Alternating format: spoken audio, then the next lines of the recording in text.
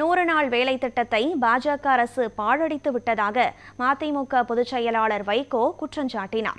தஞ்சை மாவட்டம் பாபநாசம் சட்டமன்ற தொகுதியில் திமுக கூட்டணி சார்பில் ஏணி சின்னத்தில் போட்டியிடும் இந்திய யூனியன் முஸ்லீம் லீக் வேட்பாளர் ஷாஜஹானை ஆதரித்து மதிமுக பொதுச் செயலாளர் வைகோ தேர்தல் பிரச்சாரத்தில் ஈடுபட்டார்.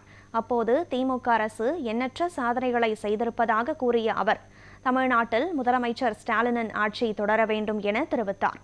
பாபநாசத்தில் திமுக கூட்டணி சின்னமான ஏணி சின்னத்திற்கு வாக்களித்து வெற்றி பெற செய்ய வேண்டும் என கேட்டுக் கொண்டார்.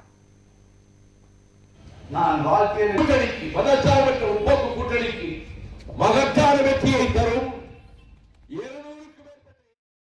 இந்த 100 நாள் வேலை திட்டத்தில் விவசாயிகள் ஒரு பக்கத்திலே பாதிக்கப்படுகிறார்கள்.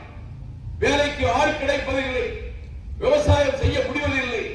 எனவே இது வருகிற நாட்களில் 50% விவசாய வேலைகளுக்கு அந்த 100 நாள் வேலை திட்டத்தை ஒதுக்குங்கள், விவசாயிகளும் பயன்படுவார்கள் என்ற வகையில் இந்த திட்டங்களை எல்லாம் நிறைவேற்றுவதற்கான அரசுதான் திராவிட முன்னேற்ற கழகத்தின் அரசு.